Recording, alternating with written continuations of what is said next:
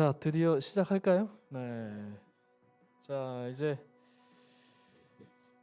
대장정의 시작이고요. 첫 강이고 어, 대단히 중요한 강의입니다. 대단히 중요한 강의입니다. 어, 한 가지 미리 말씀을 드리면 이 시간에 다 이해하려고 하시면 아니 되옵니다. 그러니까 이해되시는 것만 이해하시고 또 계속해서 한 권 한 권 배워 나가시면서 이제 그 이해를 더해 가시면 될 것 같습니다. 자, 오늘 첫 강의 방법론 강의를 해주실 분은 우리 박혜자 간사님입니다. 우리 리더십으로 선교에 계시고요. 한 길만을 걸어오신 한 길만을 걸어오신 우리 간사님이십니다. 우리 간사님 오늘 하루 동안 계속해서 힘내시고 또 잘 이렇게 강의해 주실 수 있도록 우리 큰 박수로 환영해 주겠습니다.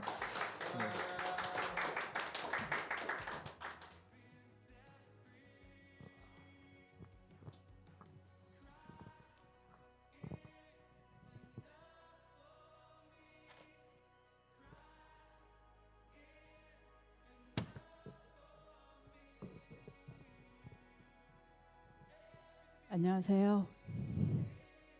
네, 반갑습니다. 네, 드디어 오늘부터 시작이네요. 네.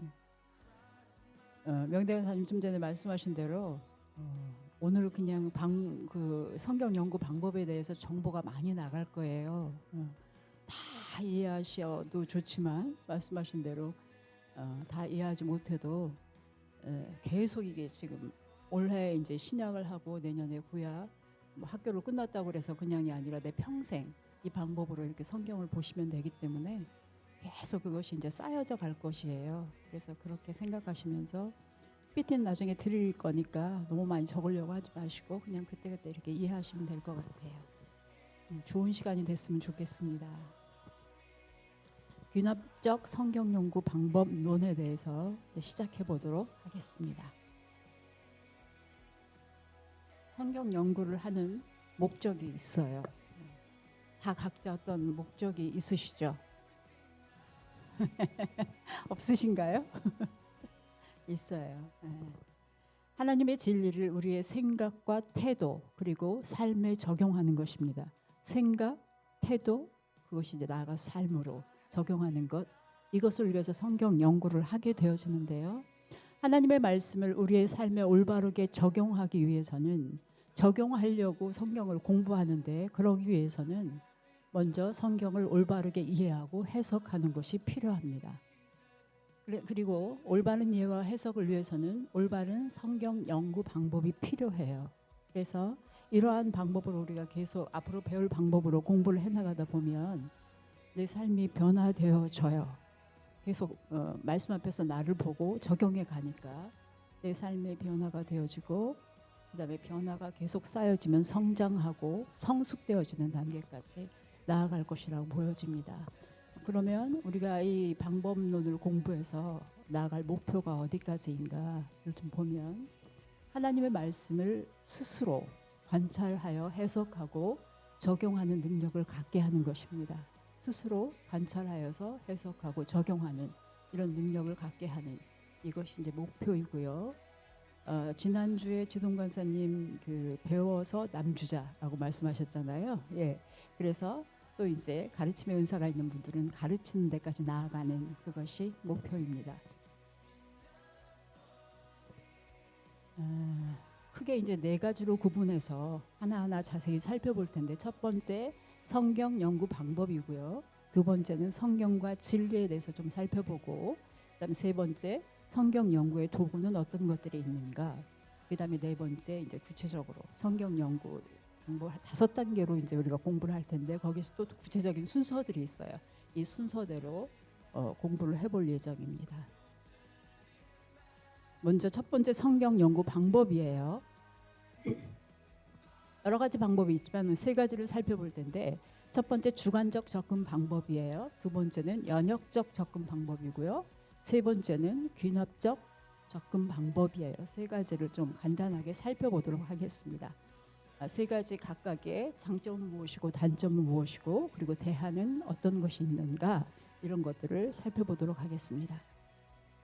먼저 주관적 접근 방법이에요. 우리가 가장 많이 하는 거 묵상할 때. 묵상들 하시죠? 네. 말 시키지 마 이런 표정으로 앉아 계신 것 같아요. 말 시켜도 되죠? 성령님께서 성경 구절을 통해서 직접 말씀하시는 방법입니다. 묵상할 때 가장 많이 사용하는 방법이어서 가장 좋은 방법이에요. 좋은 방법이죠. 장점은 성령님께서 성경 구절을 통해서 직접 나에게 뭔가 말씀하시는 것을 느껴요. 이렇기 때문에 이것이 장점인데 장점만 있는 것이 아니라 단점도 있습니다. 성경 본문의 문맥과 역사적인 배경을 중요하게 여기지 않고 보는 경향이 있어요. 그리고 또 한 가지는 내가 듣고 싶은 말씀만 듣는, 휠이 딱 꽂히면 그 말씀만 이렇게 보는 이런 것들이 있고요. 그래서 본문의 문맥이나 역사적인 배경을 중시하지 않기 때문에 오는 것은 뭐냐면 성경 해석에 큰 실수 오류를 가져올 수가 있어요. 성경 본래의 의미와 다르게 해석하는 이런 경우가 있어요. 그래서 대안은 본문의 배경을 알아야 하고요. 두 번째, 본문의 문맥상에서 말씀을 앞뒤 문맥을 다 연결해서 살피면서 보아야 하는 것이 있습니다. 그래서 대안으로는 주관적 방법으로 얻은 진리, 해석한 것은 귀납적 방법에 의해서 검증되는 것이 좋습니다.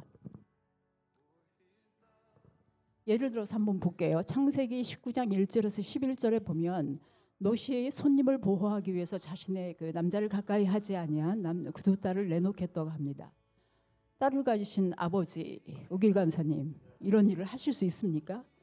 못하죠. 예. 이것은 문자 그대로 이것을 우리가 가져와서 적용하면 큰일 나죠. 이렇게 하는 것이 아니라 원독자의 문화를 고려해야 합니다. 원독자의 배경, 당시의 문화를 고려해야 되는데 목축 문화에서의 손대접의 문화는 이들의 의인의 기준이 여러 가지가 있겠지만 손대접은 선한 일이고 영광이다. 의인의 기준이에요, 이것이. 그리고 손님을 집에 들인다는 것은 손님의 적도 자신의 적으로 받아들인다는 의미이고요. 그래서 일단 집에 들어온 손님은 주인이 자신의 생명을 다해서라도 보호해야 되는 이런 문화 가운데 있었기 때문에 이런 일이 있을 수 있고요. 손님에게 집에 와서 머물라고 청하면 보통 3일까지는 대접하는 것이 그 당시의 풍습입니다. 그래서 원독자의 문화를 고려를 해야지 그냥 이것을 문자적으로 적용하면 안 된다는 거죠. 롯이 두 딸에게는 약혼자들이 있었어요. 그렇죠. 14절에 보면 약혼자들이 있어요. 그 약혼자들이 있었기 때문에 아마도 롯의 얼굴을 보든지 또 두 딸이니까 약혼자면 남자가 둘이 있을 거잖아요. 이 사람들의 얼굴을 봐서라도 이 사람들이 이렇게 하지 못할 거라는 그런 생각도 좀 있었을 것 같아요. 성경에 나와 있지는 않지만 그래서 이러한 것을 문자적으로 그렇게 적용하는 것이 아니라 어떻게 그 당시의 문화를 고려해서 보아야 한다는 것이에요. 그다음에 고린도전서 14장 5절하고 19절에 보면 나는 너희가 다 방언하기를 원하나 특별히 예언하기를 원하노라. 만일 방언을 말하는 자가 통역하여 교회의 덕을 세우지 아니하면 예언하는 자만 못하리라. 이렇게 되어져 있고요. 14장 19절은 같이 좀 읽어볼까요? 시작.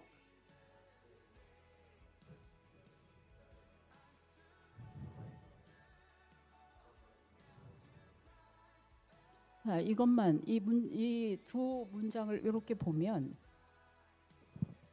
여기서 퀴즈. 은사에는 등급이 있다.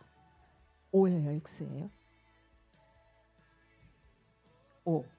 이 문장 두 개를 보면 O예요, 그죠? 그다음에 예언의 은사는 더 높은 은사다. OX. O. 네. 이 문장만 보면 O가 맞을 것 같아요. 예.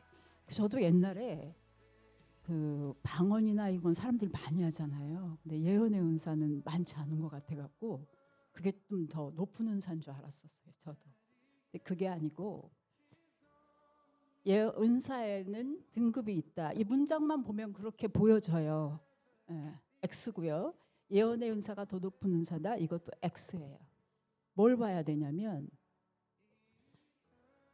고린도전서의 배경을 봐야 되는데 고린도전서는 어떤 것이냐면 고린도 교회에 문제가 많이 있어요. 그 문제에 대해서 바울에게 그 문제를 알리니까 그것에 대한 답을 준 것이 고린도전서잖아요. 그래서 고린도전서 11장 14장은 공동체의 문제 중에서 어떤 것, 예배시 문제가 되는 것에 대한 답을 준 것이에요. 그래서 11장은 머리에 쓰는 것, 성만찬, 12장 은사, 13장 사랑, 그다음에 또 은사잖아요. 은사보다 더 중요한 건 가운데 있는 사랑이잖아요. 사랑을 강조하죠. 그래서 예배시 왜 이런 말로 썼을까요? 고린도 교회에 그런 문제가 있었기 때문에 예배시에 그 덕과 질서의 문제를 얘기하는 것이에요. 그냥 막 너무 그 방언으로 얘기하고 이런 질서 없이 했던 것 같아요. 막 규정된 것이 아니니까 당시만 해도. 그래서 공동체의 문제 중에서 예배시 문제가 되고 있거나 무질서한 것에 대한 답을 준 것이에요. 예배시의 덕과 질서에 대해서 방언은 어떻게 해야 되고 어떤 질서 안에서 해야 되고 예언은 어떤 질서 안에서 해야 되는가, 이것을 얘기하고 있는 것이지 은사에도 등급이 있고 예언의 은사가 방언의 은사보다 더 높다, 이것을 말하지 않는다는 것. 무엇을 고려해야 되나요? 원독자의 배경, 이런 것들을 고려해서 본문을 이해해야 된다는 것. 그런 이해가 없으면 은사에도 등급이 있고 옛날에 저처럼 예언의 은사가 방언의 은사보다 더 높은 것 같아, 이렇게 생각할 수 있다는 거죠. 그래서 앞뒤 문맥, 역사적인 배경, 이런 것들을 다 이해하면서 본문을 이해해야지 올바르게 본문을 알게 된다는 것. 그래서 본문의 배경과 문맥을 고려하는 성경 읽기가 필요합니다. 그 다음에 두 번째로 연역적 접근 방법이에요. 연구자가 가지고 있는 주제나 결론을 증명하기 위해서 성경을 연구하는 방법입니다. 전체 문맥 안에서 본문을 이해하기 전에 연구자가 어느 정도 자신의 결론을 가지고 있어요. 그다음 그 결론에 대해서, 그 주제에 대해서 결론을 뒷받침할 구조들을 찾아요. 그래서 우리가 많이 설교라든가 제자 훈련, 새신자 교육, 1:1 양육 교육하는데 굉장히 효과적인 방법이에요. 그러니까 전하는 자가 전하는 주제도 명확하게 전할 수가 있고 듣는 자도 명확하게 이해할 수 있는 장점이 있어요. 예를 들어서 하나님은 사랑이시다 라는 것이 전제가 되어진 대전제가 주어졌다면 증명하기 위해서 뭘 해요? 성경에서 하나님의 사랑인 것을 다 찾아서 이거 봐 맞지? 이렇게 하는 것이에요. 결론 먼저 내고 그것에 대해서 증명해 가는 방법, 이것이에요. 장점은 전반적인 성경 지식을 가진 사람이 결론을 미리 결정하고 메시지를 전하는 설교, 제자 교육, 이런 거에서는 굉장히 효과적이다. 좀 전에 말씀드린 대로 명확하게 전달할 수 있고 듣는 사람도 명확하게 들을 수 있기 때문에 제자 훈련 방법에 아주 좋은 방법이다. 그러나 단점은 주제가 올바를 때는 문제가 없어요. 대전제가 올바를 때는 문제가 없는데 그것이 올바르지 않은 대전제에서부터 시작될 때는 굉장히 또 가르치는 의도가 불건전하거나 자기 생각이 주입될 때는 어디로 갈 수 있느냐, 이단이나 사이비로 갈 수 있다는 거. 그러니까 이만희 씨가 자기는 뭐 받은 사람? 계시 받은 자라고 대전제를 전제부터 틀렸죠. 틀린 전제를 성경에서 찾아서 증명한 거잖아요. 거기에 속는 거잖아요. 그렇게 해서 대전제가 이미 틀렸는데 그것을 성경을 도구로 사용하는 거, 자기 목적에 그렇게 갈 수 있다는 것. 그래서 대안으로는 가르치는 자가 성경의 근거에 충실해야 되고요. 그다음에 배우는 사람도 스스로 확인하고 연구할 수 있어야 합니다. 그래서 성경 전반에 걸쳐서 귀납법적 지식을 먼저 익힌 후에 이러한 방법을 시도하는 것이 바람직합니다. 이건 연역적 방법이고요. 요한계시록 7장 4절에 14만 4천 잘 아시죠? 신천지에서 14만 4천이 구원받는 인구 수라고 했는데 그것이 넘어가니까 뭐 어떻게 하는 것 같아요. 더 뭐 어떻게 아무튼 그래서 유다 지파 중에 인침을 받은 자가 1만 2천이요. 그래서 계속 12지파에 1만 2천이 나와요. 이것을 곱해 보면 뭐가 되냐면 14만 4천이 나와요. 14만 4천을 문자적으로 해석해서 구원받을 자의 숫자가 14만 4천이다가 아니라 이거는 숫자적 상징입니다. 12 곱하기 12,000 하면 12 곱하기 12 곱하기 10 곱하기 10 곱하기 10 이렇게 되는 것이에요. 이렇게 되어지면 10은 숫자에 어떤 의미가 있냐면 온전하다, 많다, 이런 의미가 있어요. 근데 히브리 사람들에게서는 최상급이 두 번만 반복해도 최상급이 되어져요. 근데 지금 몇 번 반복했어요? 10을? 3번. 최상급보다 또 최상급이네요. 주님도 무언가를 강조할 때 진실로 진실로 이렇게 말씀하시잖아요. 이건 강조하시는 거거든요. 근데 두 번만 반복해도 최상급인데 세 번을 반복했다 그러면 수가 어떻게 많다는 거예요? 억수로 많다 이렇게 이해해도 될 것 같아요. 그래서 이것은 숫자적 상징이고 상징적인 표현으로서 신구약에 구원받는 무리 전체를 의미하고 또는 새 이스라엘로서 하나님의 백성이 완전한 숫자를 의미합니다. 그냥 문자적인 14만 4천이 아니라. 그래서 여기서 고려해야 될 것은 문학 양식을 고려해야 돼요. 묵시문학입니다. 묵시문학의 특징은 상징을 많이 사용해요. 상징을 왜 사용하느냐? 대개 묵시문학이 고난과 핍박 가운데 있을 때 그 고난받고 고통받는 자들에게 위로하고 격려하고 소망을 주려고 하는 그 문학이거든요. 그렇기 때문에 그들에게 그 원독자들은 상징을 쓰는 이유가 원독자들은 그걸 알아요. 그렇지만 원독자 밖의 사람은 이해하지 못하는 알지 못하게 하는 그런 것을 위해서 이제 상징을 주로 사용하는데 그렇기 때문에 100명이 읽으면 해석이 100개가 나올 수가 있어요. 묵시문학은. 그래서 묵시문학에서 특징이 상징인데 이런 숫자적 상징으로 봐야지 문자적으로 그대로 이해하고 해석해서는 안 된다. 이런 것들이 있고요. 그다음에 이제 우리가 공부하려는 귀납적 성경 연구 방법입니다. 성경 본문의 전후 문맥을 살피고 문맥 자꾸 나와요. 그다음에 역사적 배경 안에서 본문을 연구하는 방법이에요. 저는 이 공부하기 전에는 이런 거 상관없이 봤었던 것 같아요. 그냥 부분적으로 보고 역사적인 배경 이런 거 잘 모르고 이렇게 봤던 것 같은데 전후 문맥 안에서 살펴야 되고 그다음에 역사적 배경 안에서 본문을 연구하는데 이때 우리가 해야 될 것은 지금까지 알고 있었던 걸 좀 다 내려놓는 것이 필요해요. 많이 알고 계시는 것들이 있을 텐데 이미 가지고 있는 결론, 선입견 이런 것들을 좀 다 내려놓고 본문을 관찰합니다. 성경 본문이 무엇을 말하고 있는가를 보려고 하기 때문에 그래요. 부터 시작하여서 결론을 내리는 방법입니다. 성경의 배경과 문맥 안에서 관찰을 하고요.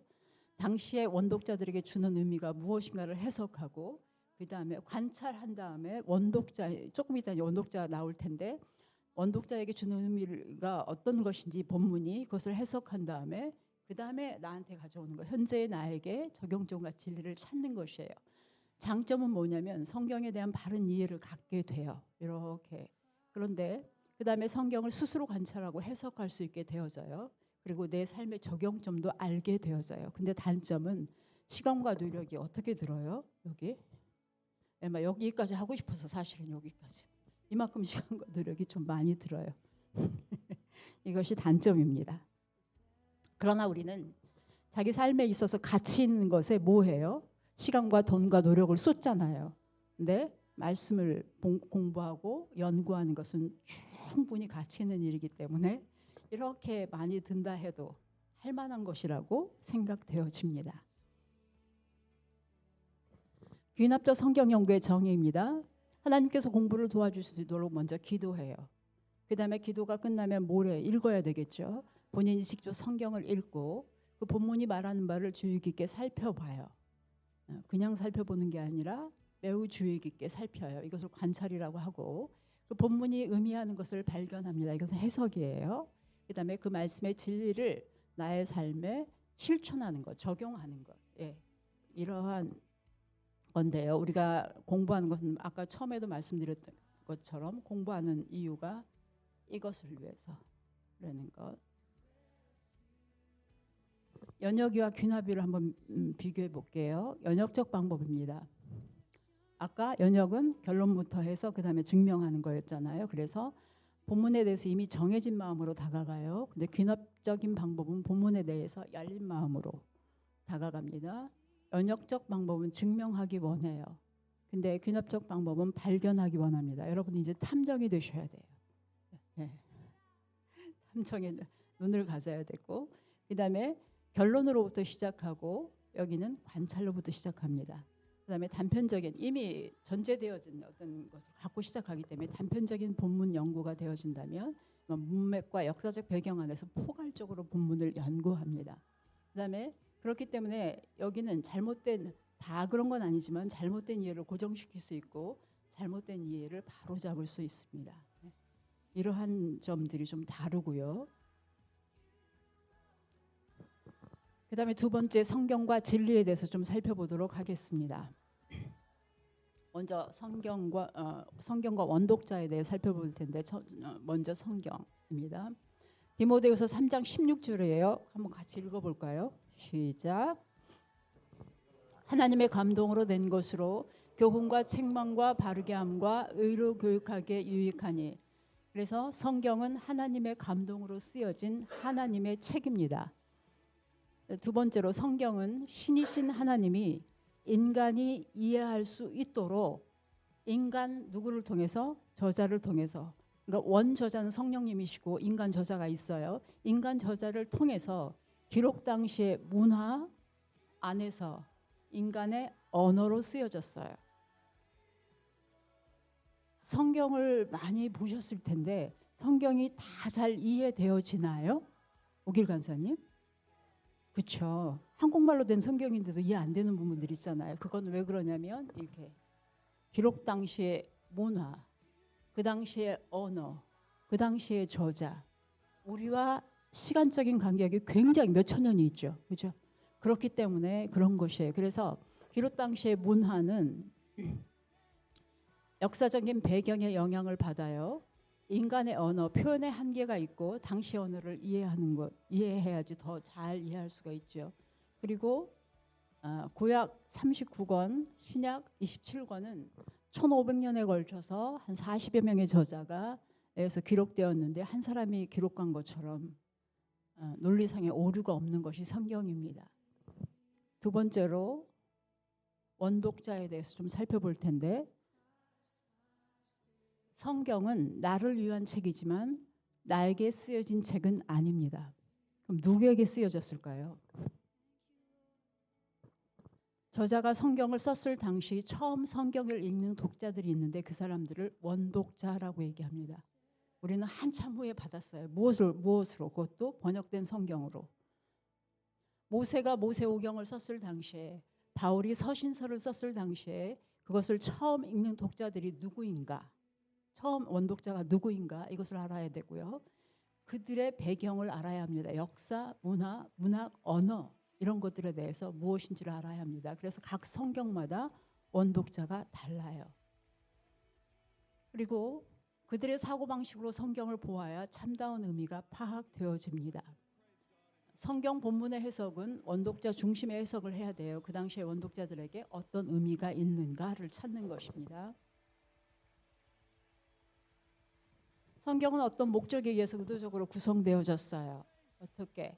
성령님께서 인간 저자를 택하셔서 성경이 쓰여졌고 그것을 첫 번째 받은 독자가 있어요. 그게 원독자라고 말씀드렸고요.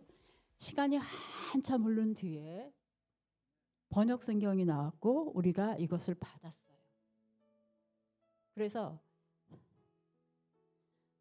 성경과 번역 성경과의 관계, 그다음에 원독자와 나와의 사이에는 갭이 있어요.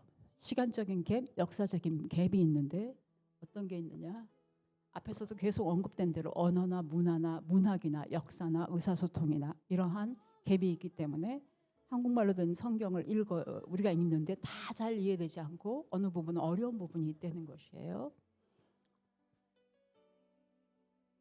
원독자 예를 들어보면 창세기입니다. 저자가 모세예요. 원독자는 가나안 진입을 앞둔 출애굽 2세대의 이스라엘 백성들입니다.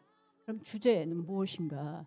하나님과의 언약으로 복에 근원된 이스라엘에 대한 것이 주제이고요. 그다음에 광야 생활을 마치고 가나안을 정복하려는 이스라엘 백성들에게 그들의 정체성을 일깨워주고 격려하는 것이 목적이에요.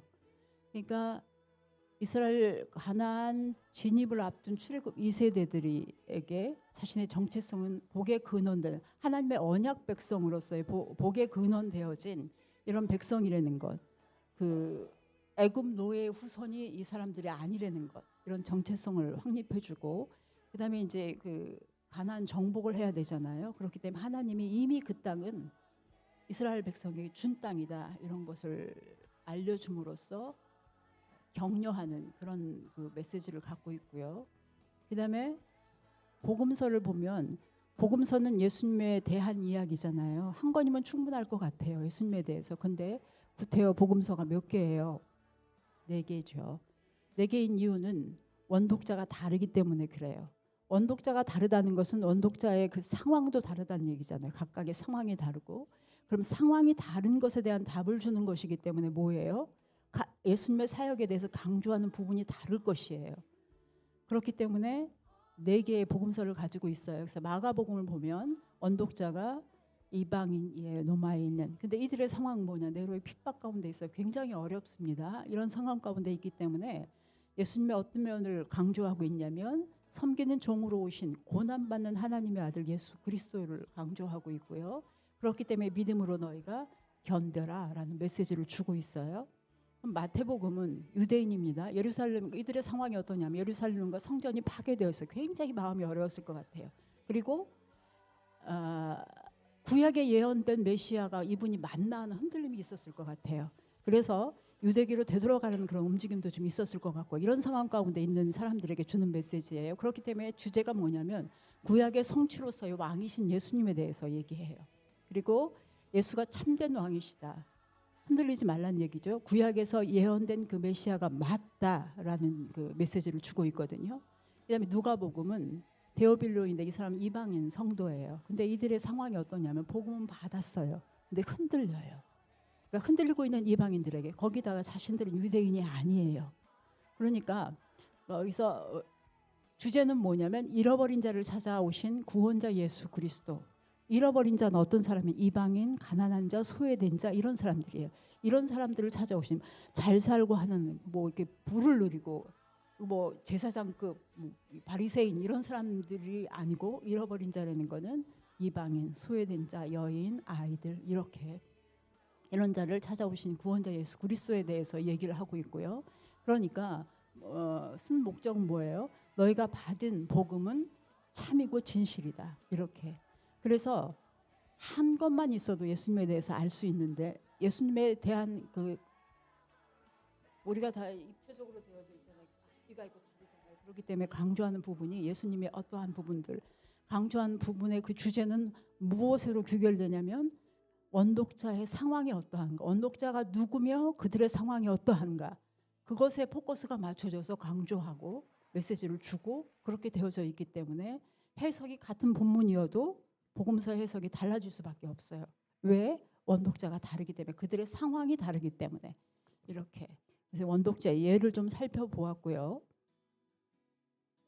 진리에 대해서 좀 살펴볼 텐데 진리에는 영원한 진리가 있고 상황적 진리가 있습니다.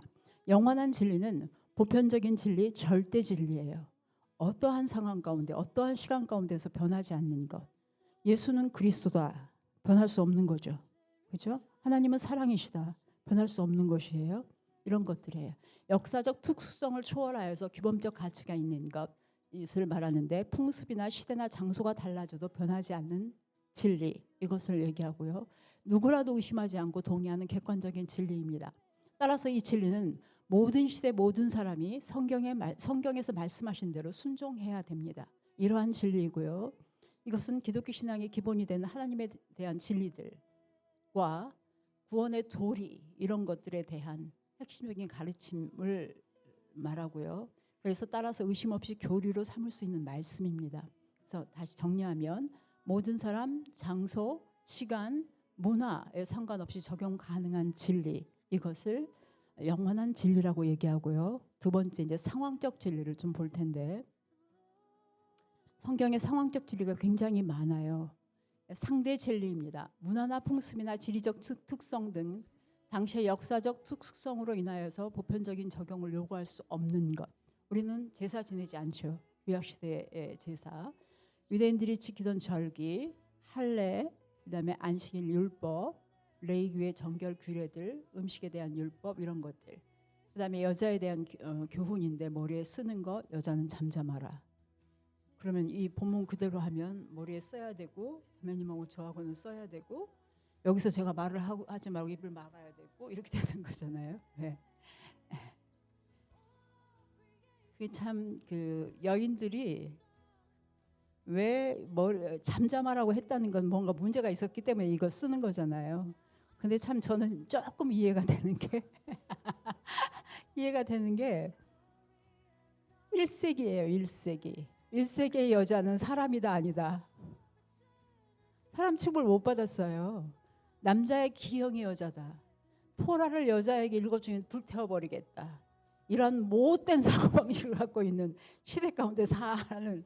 그런데 이 그리스도교는 그게 아니잖아요. 그러니까 억압되었던 이 여인들이 이제 기회가 와서 질서 없이 좀 행했던 것 같아요.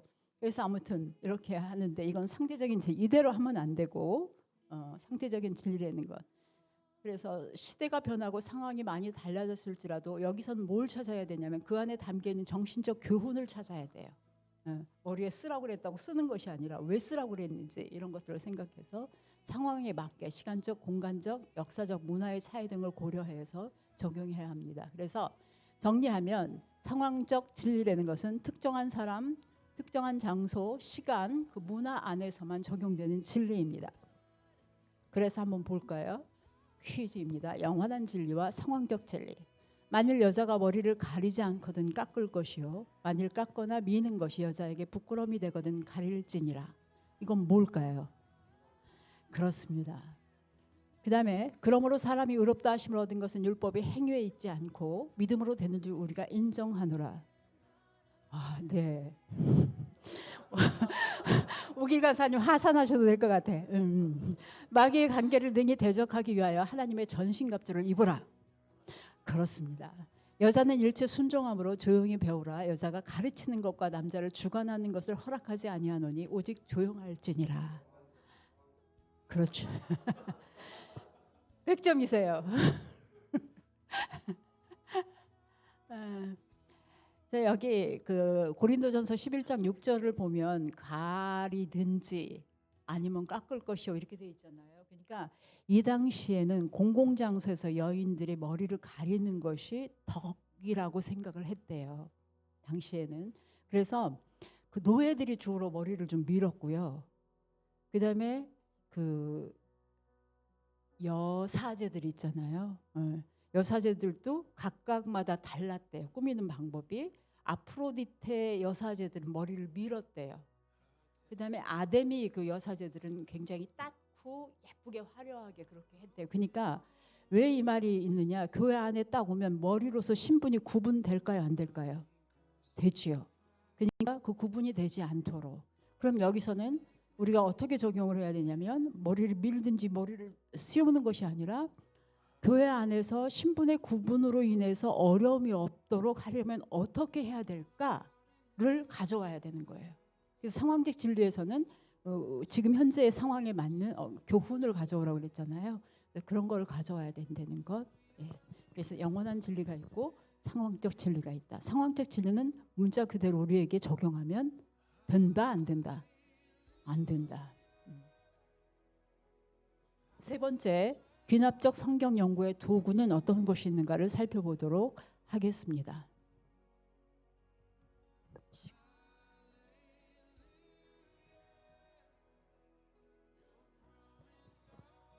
성경 연구의 도구, 성경과 다른 도구들을 좀 살펴볼 텐데요. 성경 연구의 가장 중요한 도구는 성경책인데 좋은 성경책이네요. 어떤 게 좋은 성경책일까요? 큰 거. 그렇죠. 글자 크고 뭐 많이 써 있지 않고 여백이 많은 성경이 있어요. 그런 게 좋아요. 막 우리가 거기다 옛날에서는 성경에다 막 그 뭐 색칠하고 이러면 큰일 나는 줄 알았는데 막 이제 색칠도 하고 막 이제 뭐 또 적어놓고 막 이럴 거기 때문에 성경이 막 지저분해져요. 여기 이제 여백이 많고 이런 성경이 좋은 성경입니다. 성경의 종류는 원문과 번역본이 있어요. 가장 좋은 건 원문으로 보는 거겠지만 성경의 원본은 오늘날 존재하지 않습니다. 오랜 시간에 걸쳐 사람들의 손으로 필사되어진 수천 개의 사본이 있고 이 사본들은 조금씩 서로 달라요. 우리는 뭘 갖고 있죠? 번역본. 오늘날 우리가 가지고 있는 성경은 히브리어, 헬라어로 기록된 성경을 번역한 것입니다. 그럼 성경을 제대로 알려면, 제대로 이해하려면 우리가 히브리어도 공부하고 헬라어도 공부해야 되고 이렇습니다. 예. 근데 이제 그것만이 방법은 아니고요. 우리가 이제 번역본들을 보게 될 텐데 문자적 번역한 것이 있어요. 직역입니다. 그다음에 역동적 번역이 있어요. 역동적 동의어를 사용해서 조금 더 이해하기 쉬워요. 이게 자유 번역, 이것은 의역입니다. 세 가지의 그 번역본이 있는데 이제 이걸 가지고 우리가 공부를 하게 될 텐데 번역본의 종류입니다. 한글 성경 우리가 뭘 갖고 하냐면 개역 개정을 가지고 할 거예요. 개역 개정 다 개역 개정 갖고 계시죠? 예, 관찰하고 해석하고 읽고 하는 걸 개역 개정으로 할 텐데 이것은 특징이 원어에 가깝게 이것을 선택해서 하는 이유가 이거예요. 원어에 가깝게 번역되어져 있고요. 책의 구조, 강조점, 문법 파악에 용이합니다. 그렇기 때문에 관찰을 하고 할 때 이것을 보는데 여기 공동 번역이나 표준 세 번역 세 개를 놓고 보시면 좋아요. 왜냐하면 전체 내용을 파악하는데 이 두 가지 현대인의 성경 이쪽보다는 여기 표준 여기 저는 요거 이렇게 세 개를 놓고 보는데 여기서 조금 이해가 잘 안 되는 것들은 이쪽에 보면 이해가 잘 되는 부분들이 많이 있어요. 전체 내용을 파악하고 하는데 도움이 되고요. 이해하는데 참고하는데 이해하는데 굉장히 도움이 되는 것이 이것입니다. 그래서 이해를 위한 참고로는 공동번역, 표준세번역 뭐 이렇게 보시면 좋고 개역 개정을 가지고 우리가 관찰하고 공부할 것이에요. 성경 연구에 필요한 다른 도구들입니다. 성경 사전 있으면 좋습니다. 성경에 언급된 장소, 사람, 사건, 관습들에 대한 이해에 도움이 되는 것이고요. 성경 지도입니다. 지역의 위치를 알려줌으로써 본문의 이해를 도와줘요. 그다음에 성구 사전, 관주 성경, 단어, 참고 구절 찾고 단어 연구에 도움이 되어집니다. 관용어 사전. 단어 혹은 말들이 당시 사람들에게 어떤 의미로 사용되어져 있는지 관용어는 그 지역에 사는 사람들이 더 잘 이해하죠. 우리는 이해하지 못하는 부분들이 있어요. 그래서 그렇게 그 당시의 문화 안에서 굳어져 있는 이런 언어들을 알기 위해서는 관용어 사전도 좀 필요합니다. 이러한 도구들이 있고요. 이제 구체적으로 좀 들어가 볼 텐데 귀납적 성경 연구의 5단계와 순서에 대해서 하나하나 좀 살펴보도록 하겠습니다. 귀납적 성경 연구의 5단계예요. 기도, 성경 읽기. 또 성경 읽기는 여기서 끝나는 게 아니라 성경을 읽으면서 관찰하고 또 계속 읽으면서 해석하고 적용하고 이러한 5개의 큰 순서로 이제 할 텐데 기도입니다. 하나님의 도우심을 구하고 성령께 의지하는 걸 배워요. 본문을 읽어서 본문을 읽는데 어떻게 주의 깊게 읽어요. 문맥과 내용을 알아보고 관찰입니다. 본문이 실제로 말하고 있는 것이 무엇인가 그 내용을 자세히 좀 살펴보고요.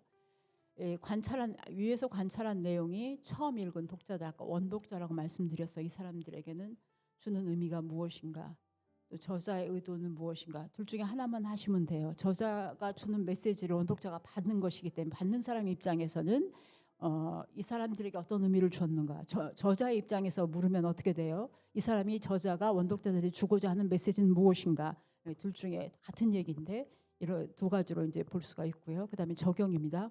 오늘 나에게는 무엇을 말씀하시는가? 그래서 나는 어떻게 살 것인가? 말씀 앞에 나를 계속 비추어 보고 거기서 하나님께서 주시는 것에 대해서 자꾸 변화하는 이런 삶을 살아야 될 것이라고 생각이 되어져요. 크게는 5단계이고요. 이걸 조금 더 구체적으로 들어가면 이 5단계를 하는 동안에 기도하고 성경을 읽고 또 읽으면서 중요한 단어들 반복되는 것들 컬러톤 뒤에서 이제 설명할 텐데 색칠해서 성경을 좀 시각화해요. 그렇게 보면 한눈에 이렇게 딱 보기에 좋아요. 그다음에 각 단락의 본문들을 요약해요. 그래서 단락 제목을 여러분들이 정하실 거고요. 그다음에 단락 제목을 정한 다음에 큰 그림을 볼 것이에요. 크게 나누어서 어떤 구조를 갖고 있는지 이것이 수평 차트고요. 그다음에 아까 계속적으로 반복해서 나오는 것 원독자의 역사적인 문화적인 뭐 이런 배경 이것이 BRI인데 이 BRI를 하신 다음에 여기서 수평 차트에서 크게 큰 부분으로 나누었던 각각의 작은 부분들이 있어요. 이 부분들을 조금 더 자세히 살펴봐요.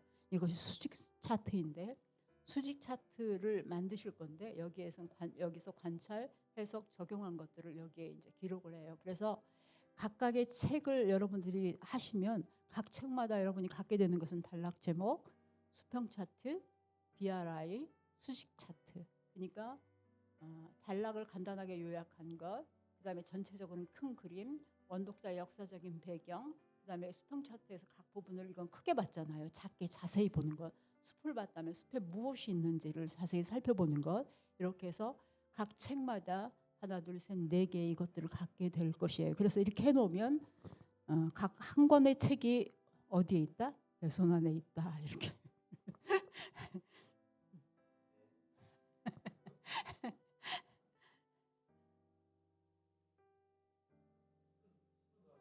아, 그래요? 먼저 기도입니다. 아까 성경의 원저자는 성령님이라고 말씀드렸어요. 그래서 성경의 원저자이신 성령님의 도우심을 구하는 기도, 성경의 진리를 이해할 수 있도록 지혜와 계시의 정신을 간구하는 것이 필요합니다. 먼저 거기서부터 시작이 되어져야 돼요. 시편 119편 18편 같이 한번 읽어볼까요? 시작. 예, 내 눈을 열어달라는 기도를 하실 필요가 있고요. 그다음에 에베소서 1장 17절에서 19절을 보면 우리 주 예수 그리스도의 하나님 영광의 아버지께서 지혜와 계시의 영을 너희에게 주사 하나님을 알게, 바울의 기도인데요. 하나님을 알게 하시고 너의 마음의 눈을 밝히사 그의 부르심의 소망이 무엇이며 쭉 이렇게 나오는데 지혜와 계시의 정신을 주셔서 눈을 열어주시고 우리 각자의 마음을 열어주셔서 그 안에 담겨져 있는 하나님의 마음을 잘 이해할 수 있도록. 그래서 그 옛날에 저희 공부하기 전에는 성경에 관련된 책들을 많이 봤던 것 같아요. 그래야지 성경을 이해할 수 있을 것 같아서. 근데 이걸 하면서는 그런 것들이 이제 별로 이렇게 저한테는 가치 있긴 하지만 좋은 것이긴 하지만 본문만 가지고도 이렇게 충분히 공부할 수 있는 것이라고 생각이 되어져요. 근데 그렇게 잘 이해하기 위해서 우리가 해야 될 거는 정말 성령님께 구해야 되는데 가장 좋은 것은 정말 나를 다 내려놓는 것인 것 같아요. 하나님 앞에서 정말 나를 내려놓고 겸손하게 말씀 앞에 앉는 자세가 가장 중요한 자세가 아닌가 싶습니다. 우리 육일관 선생님 지난주에 그 기도 제목으로 겸손에 대해서 말씀하셨는데 제가 그 두 분 간사님들 이렇게 자매님 이렇게 나누는 그걸 들으면서 고향 주변에 참 하나님의 사람들이 많구나. 내가 잘 왔구나 그런 생각을 좀 했어요. 아부하는 소리가 아니고요. 그런 마음이 좀 들었습니다. 아싸 막 이런 생각이 들었어요. 성령의 인도하심을 받는 말씀 연구가 필요합니다. 성령께 의지하는 법을 배워요. 그래서 아까 처음에도 말씀드렸던 것처럼 내가 알고 있는 것들을 다 좀 내려놓고 말씀에 있는 그것을 자꾸 이렇게 순수한 마음으로 보려고 하는 이런 것들이 필요한 것 같아요. 성경의 바른 이해는 기도로 성령님께 위탁하고 이 시간 나와 함께 해주십시오. 나로 눈을 열어서 마음의 문을 열어주셔서 말씀을 잘 이해할 수 있도록 그래서 그 안에 담겨져 있는 하나님의 마음이 무엇인가를 내가 잘 깊이 머리가 아닌 가슴으로 이해할 수 있도록 도와주세요 하는 그런 기도가 필요하고요. 거기다 플러스 뭘 해야 된다? 열심히 노력을 하셔야 됩니다. 아까 시간과 노력이 어떻게 든다? 굉장히 많이 든다 했었잖아요. 그래서 노력을 하셔야 합니다. 하여튼 이렇게 앉아 있는 게 쉽진 않잖아요. 긴 시간들 그죠? 그래서 옛날에 어렸을 때 공부는 머리로 하는 거라고 생각했는데 나중에 제가 공부를 좀 해보니까 엉덩이로 하는 게 공부구나라는 생각이 들었어요. 그다음에 성경 읽기입니다. 처음에 각 책을 읽으실 때는 통으로 전체를 한꺼번에 읽으셔야 돼요. 그것도 소리 내어서 읽으면 어때요? 이중 효과가 있겠죠. 눈으로 보고 내가 소리 낸 것을 귀로 내가 들어요. 그렇기 때문에 말씀을 정확하게 한 번에 읽는 것을 배워요. 그래서 첫 번째 읽기 때는 책의 분위기와 개괄적인 내용 전체적으로 끊지 말고 읽어요. 근데 짧은 책은 괜찮은데 긴 책은 쉽지 않겠죠, 그죠? 통으로 전체를 읽는 것이 필요합니다. 그래서 책 전체를 소리내어서 한 번에 읽고요. 방해받지 않을 장소와 시간을 선택하는 것이 중요합니다. 핸드폰도 잠시 꺼두시고 가족에게 나는 지금부터 성경을 첫 번째 읽기를 할 거야.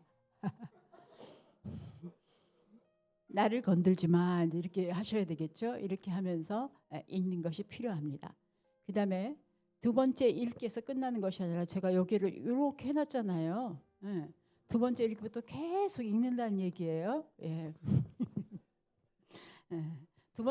보니까 첫 번째 이렇게 책 두 번만 읽으면 끝난다 그게 아니라 한 책을 막 50번도 읽게 되고 100번도 읽게 될 것이에요. 여러분 하다 보면 두 번째 읽기부터 이제 계속 읽는데 더 길게 해야지. 왜 흔들려? 예.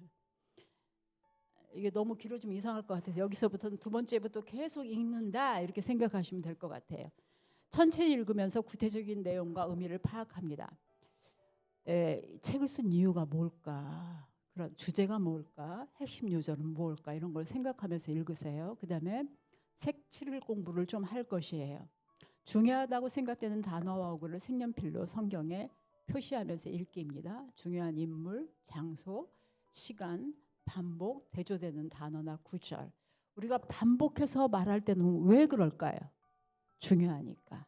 그래서 이렇게 색칠을 해놓으면 각 책의 그 같은 반복되는 어구를 같은 색으로 예를 들어 하나님이라는 거를 노란색으로 칠해놓으면 계속 이렇게 칠하면 나중에 칠해놓고 보면 여기는 하나님에 대한 게 맞네 이런 게 또 확 보이잖아요. 네, 이렇게 보이는 이런 방법이고요. 그래서 컬러 코팅, 색칠 공부를 좀 하시고 그다음에 구획을 잘라서 읽어요. 그래서 단락 제목을 정하실 텐데 각 단락의 핵심 내용을 요약합니다. 뭐 여러분들이 나누셔도 좋지만 BSBS에서는 이미 나누어진 단락이 나누어진 차트들을 주실 거예요. 그래서 거기에 맞추어서 이렇게 요약하시면 되고요. 그다음에 아까 나왔던 전체적인 구조. 긴 책이든 짧은 책이든 이렇게 A4 한 장 수평 가로가 긴 데 있잖아요. 이렇게 되어진 것은 수평이고 가로가 좀 짧은 쪽이 위로가 이렇게 된 건 수직 차트거든요. 수평 차트 하나에 10장짜리든 50장짜리든 한눈으로 딱 볼 수 있는 것이 수평 차트고요. 그래서 전체적인 구조를 볼 수가 있어요. 수평 차트. 그래서 먼저 두 번째 읽기 하면서 이런 것들을 쭉 생각하면서 컬러 코팅도 하고 또 읽으면서 단락 제목도 정하고 또 읽으면서 수평 차트를 하고 할 것이에요. 그래서 컬러 코팅, 단락 제목, 수평 차트에 대해서 좀 살펴볼 텐데 좀 쉬고 살펴보도록 하겠습니다.